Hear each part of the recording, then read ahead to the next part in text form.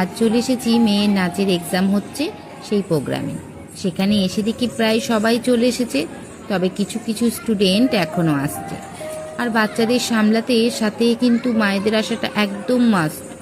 একজন করে মা সাথে না থাকলে এদের সামলানো সত্যিই কঠিন।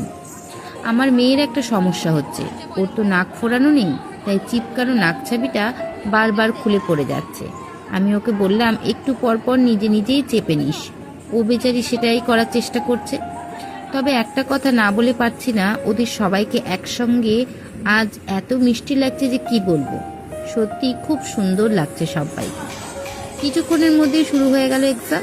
প্রথমে অন্য বাচ্চাদের একটা পারফরমেন্স হলো, আর এখন এই যে আমার মেয়ের গ্রুপের এক্সামটা শুরু হয়ে গেছে। সামনে টিচাররা বসে আছেন, ওদের নাচের মিস তো আছেনই, পাশাপাশি বাইরে থেকে কয়েকজন টিচার এসেছেন ওদের জাজ করার জন্য। সবাই মিলে বেশ মন দিয়ে এক্সাম দিচ্ছে।